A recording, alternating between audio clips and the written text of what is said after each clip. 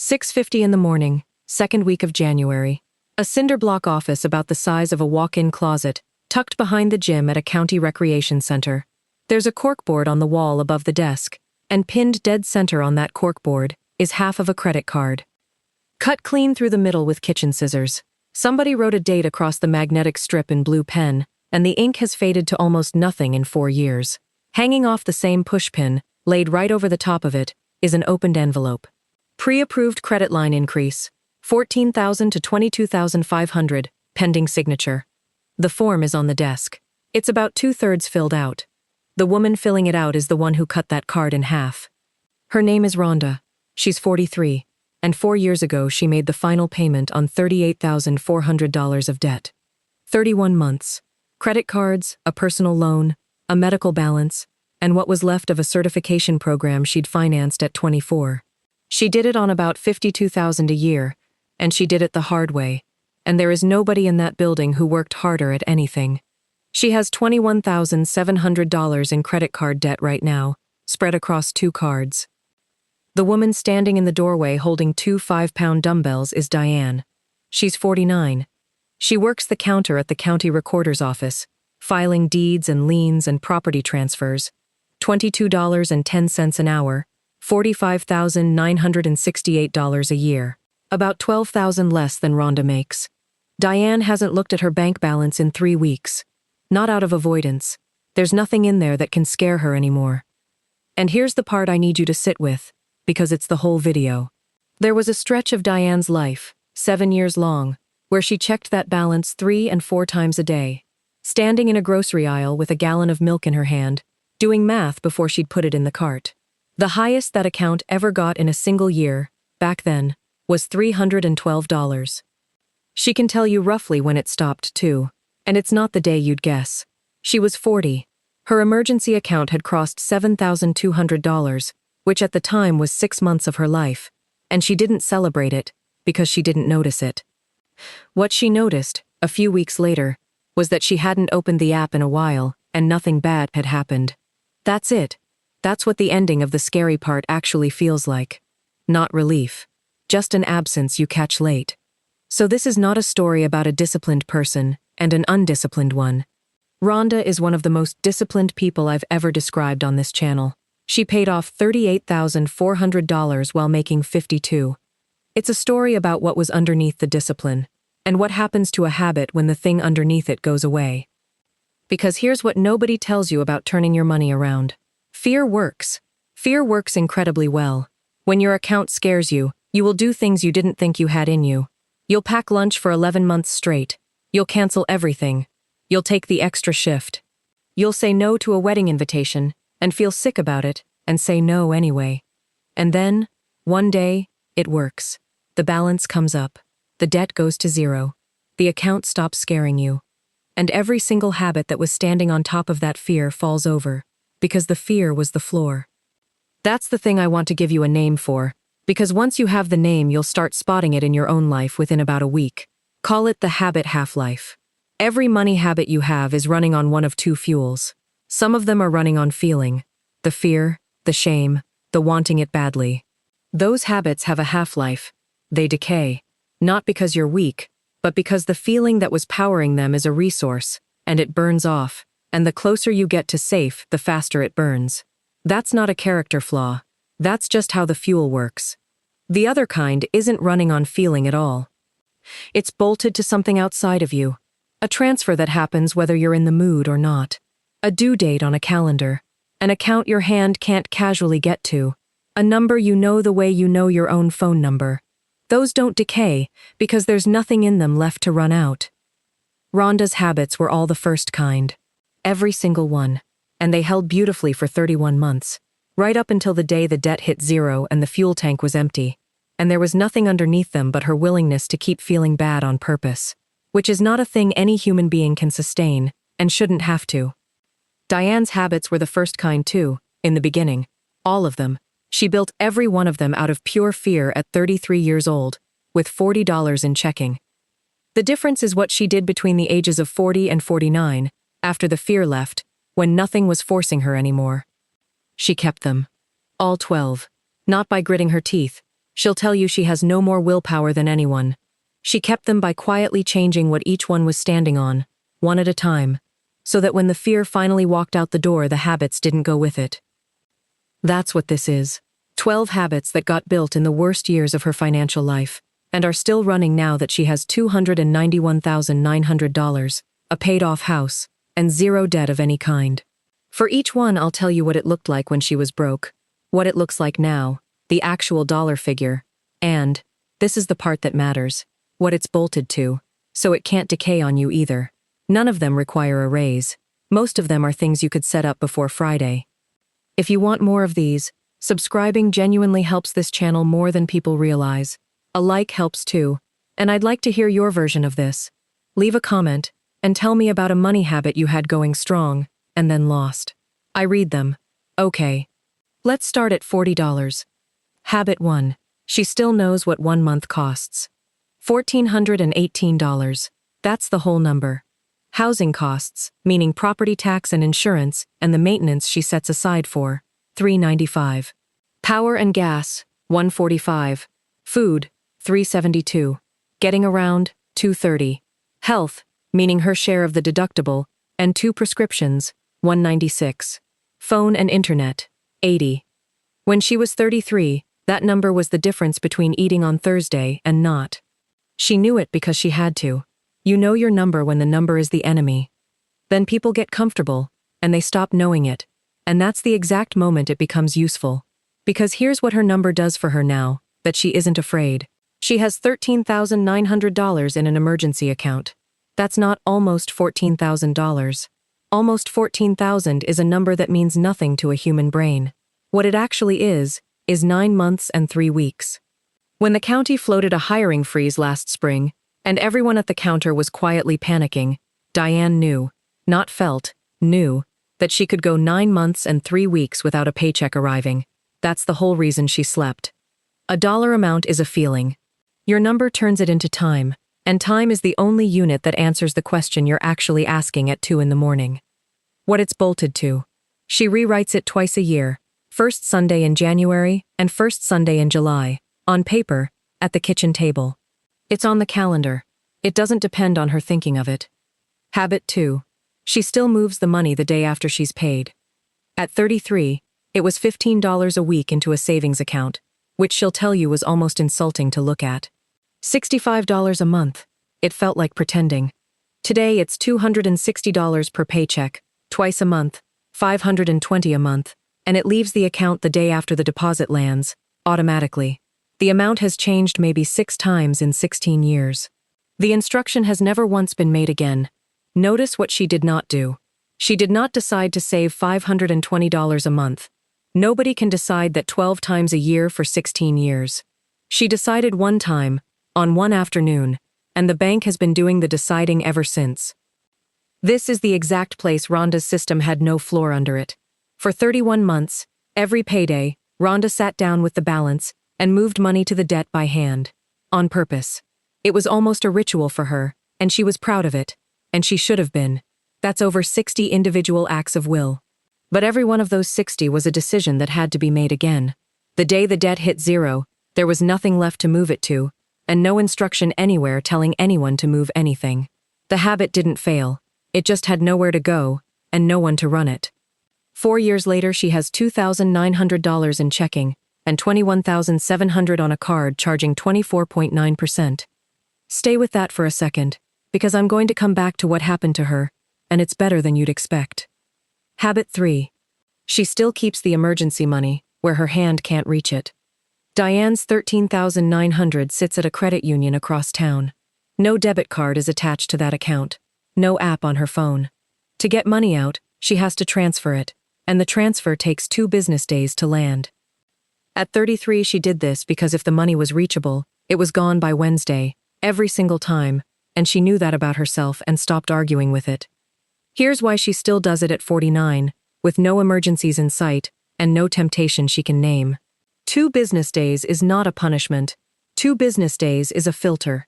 A real emergency doesn't care about 2 days. The furnace is still broken on Thursday. A fake emergency dies in about 6 hours. She isn't testing her character. She just put a small speed bump between an impulse and the money, and let the speed bump do the work forever.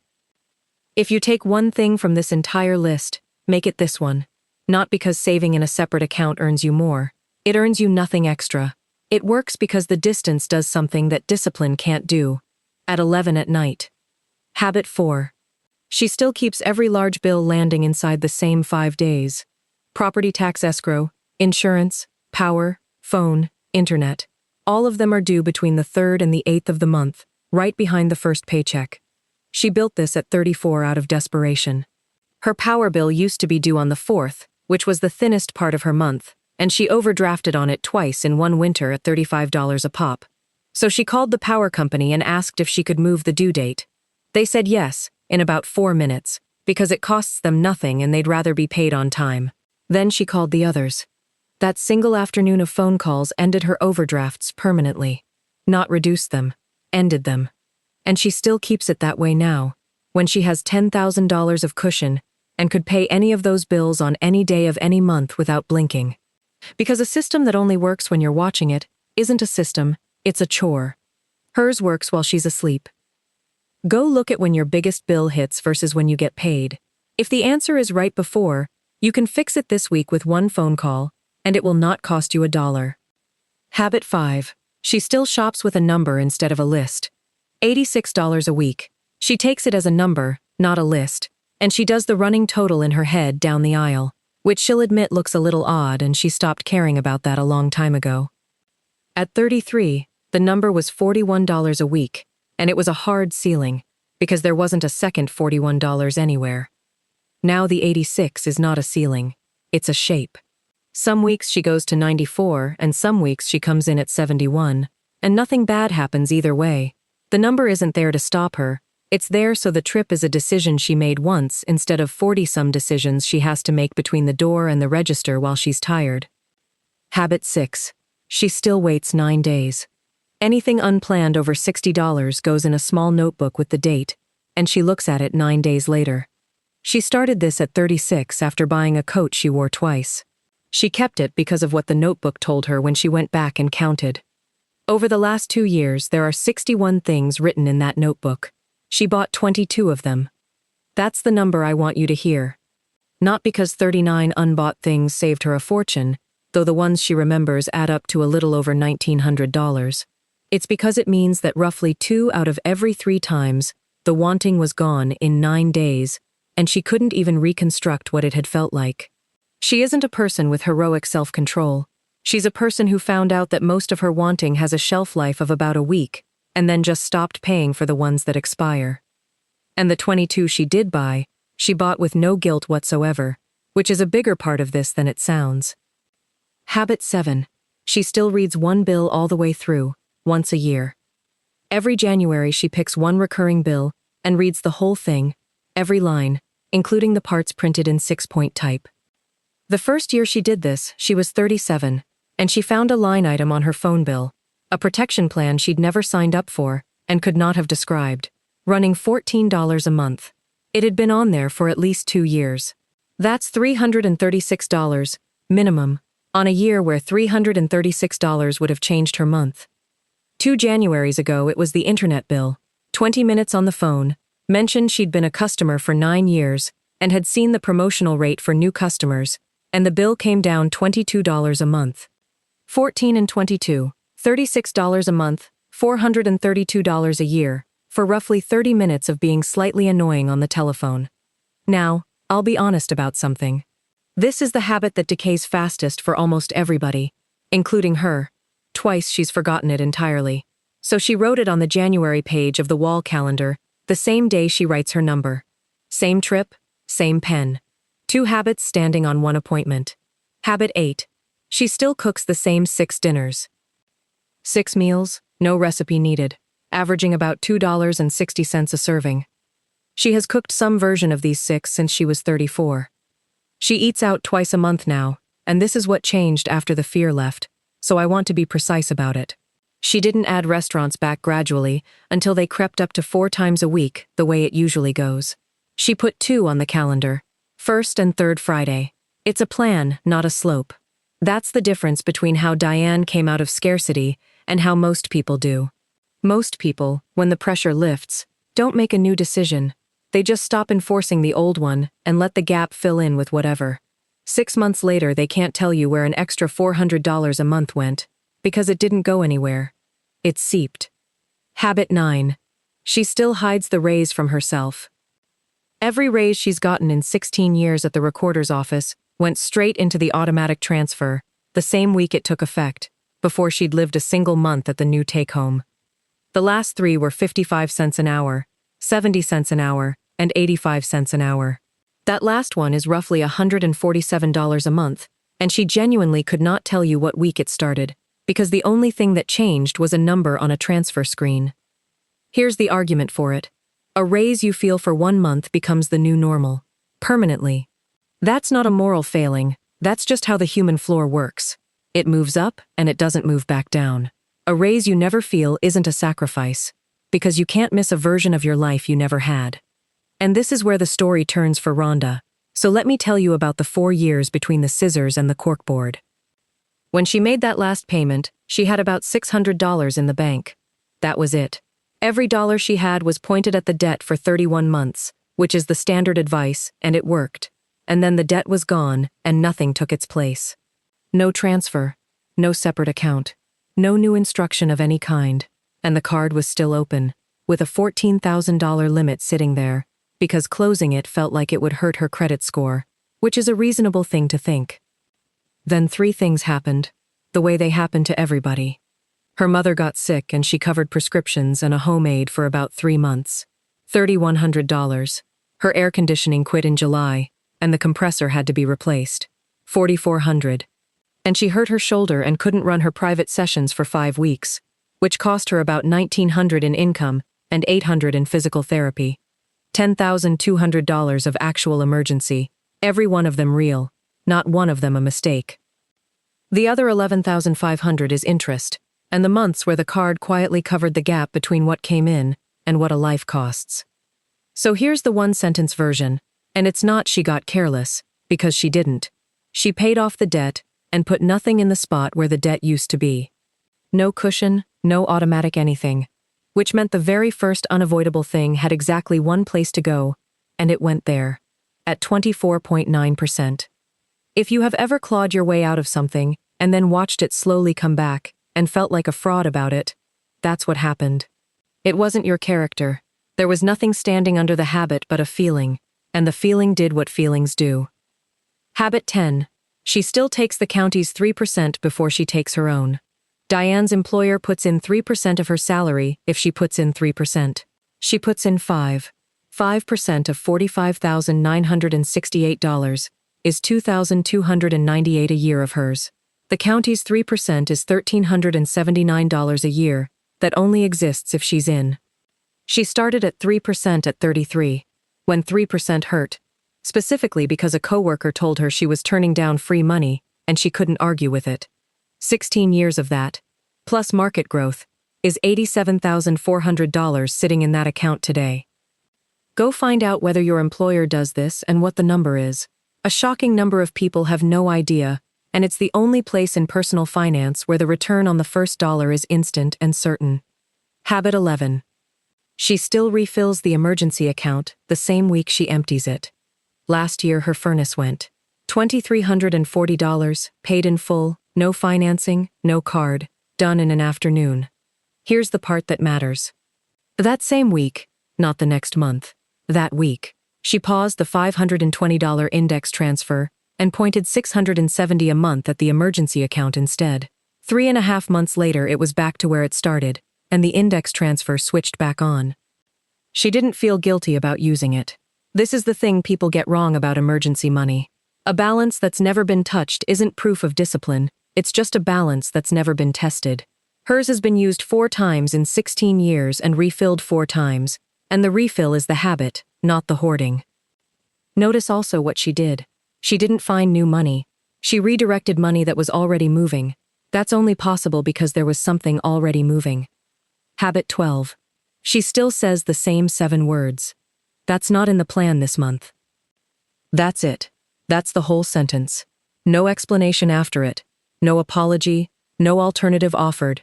No invented reason involving a dentist appointment. She built this at 35 because she was broke and had run out of lies. She kept it at 49 because she found out something that surprised her. Almost nobody asks a follow-up question. She's used that sentence on a group trip, on a coworker collecting for something, on a home renovation her sister was enthusiastic about. Not once has anyone pushed. Turns out people are mostly waiting for their own turn to talk about money, and a flat sentence with no crack in it just ends the conversation. And the word plan is doing quiet work there. It doesn't say I can't afford it, which invites an argument. It says the money already has a job, which is true. So, those are the 12. Now, you might be sitting there thinking this is a lot of rules for one person to carry, and that it sounds exhausting, and you might be right. So let me take that seriously for a second. It isn't 12 things she does. Count what's actually running on her attention. Writing a number twice a year, reading one bill in January, writing something in a notebook occasionally, and one sentence she says out loud maybe 4 times a year. That's it. That's the whole ongoing cost. Everything else, the transfer, the distance to the emergency account, the due dates, the county match, the raise going straight into the transfer, happens whether she's paying attention or not, whether she's motivated or not, whether the account scares her or not. That's the actual point of all of this, and it's the answer to why hers survived and Rhonda's didn't. Diane didn't build 12 habits. She built 4 habits and 8 instructions. The instructions can't decay, because there's nothing in them that runs on how she feels on a Tuesday. So here's what to do with this, and I'd genuinely start with the first one before the end of the week, because it's the one everything else hangs on. This week, write down what 1 month of your life costs, not what you think it should cost. 6 lines, the way Diane does it: housing, utilities, food, getting around, health, phone. Then take whatever cash you have and divide it by that number. The answer comes out in months, and that answer is the one your body has been trying to calculate at 2 in the morning for years. Also this week, pick one habit you currently have and ask the half-life question. If the pressure disappeared tomorrow, the debt gone, the account comfortable, would this habit still be running in 8 months? If the honest answer is no, that habit is on borrowed time, and you now know which one to reinforce first. This month, convert exactly one habit into an instruction. 1. Set an automatic transfer for the day after your paycheck lands, for an amount small enough that you'd feel silly telling anyone about it. Diane started at $15 a week, and the $15 was never the point. The instruction was the point. If you can, open that account somewhere with no card attached, so the 2-day delay is doing the work instead of you. This quarter, 3 phone calls. Call whoever bills you the most, and ask to move the due date to just after payday. Call your employer, or check your benefits portal, and find out whether there's a match you're not taking, and what percentage triggers it. And read one bill all the way to the bottom. Put that last one on your calendar for January, not in your head. Every one of those works at any income. Not one of them requires you to earn $1 more than you earn right now. That's not a motivational statement, that's just what those particular mechanisms are. Now, Rhonda. She did not tear up that form that morning. That's not how it went, and I'd be lying if I said it was. She finished it, and she sent it, and the limit went up. What she did do, about 6 weeks later, was set up a transfer. $250, the day after each paycheck, into a credit union account with no card on it. Then she called about her due dates, and moved 3 bills to the 8th. Then she started paying $900 a month at the card instead of the minimum. 8 months in, she has $2,000 in an account she's never once touched, and the balance is down from $21,700 to about $17,700. And I want to be straight with you about that number, because it's the honest part. She paid $7,200 over those 8 months, and the balance only came down $4,000. $3,200 of it went to interest. That's what 24.9% does, and it's exactly why the $250 transfer matters more than it looks, because it's the only thing standing between her and doing this a 3rd time. She's not out yet. She'll get there sometime in the next 2 years, and this time, there'll be something sitting in the spot where the debt was. And the half of a credit card is still on the corkboard, which I think about a lot. She kept it as a trophy from the hardest thing she'd ever done. It was also, for 4 years, the only piece of infrastructure she had. A souvenir where a system should have been. Here's the thing about an account that stopped scaring you. Nobody can see it. It doesn't look like anything from the outside. Diane's house is 1,100 square feet and needs painting on the north side. She's been carrying the same purse for 6 years. If you passed her at the counter at the recorder's office, sliding a deed across the glass, you would learn nothing at all about the $291,900. What it looks like from the inside is that she doesn't do math in the grocery aisle anymore. She doesn't hold her breath before the card goes through. When the county mentioned a hiring freeze, she was one of the only people at that counter who didn't feel her stomach drop, and she didn't say anything about it to anybody, because what would she even say? She hasn't checked her balance in 3 weeks. That's the whole prize. Not a number. The silence where the number used to be. And the strange, quiet danger of getting there is that the moment you arrive is exactly the moment every habit that carried you starts to come loose, because the fear that was holding them up has finally let go. Which is why the only habits worth building are the ones that don't need you to be afraid. Keep the 12, or keep 4 of them, or keep 1, honestly. The transfer, the day after you're paid, into the account with no card. That one, running quietly for years while you're not thinking about it, does more than the other 11 combined. So it's 6:50 in the morning in January, and there's a woman in a doorway with 2 5-pound weights in her hands, looking at half a credit card pinned to a corkboard. She doesn't say anything about it. She puts the weights back on the rack, says see you Thursday, and walks out to start a shift at a counter where she'll spend the day filing other people's property records. She'll be paid on Friday. On Saturday, without her doing anything at all, $260 will leave her account. I'll see you in the next one.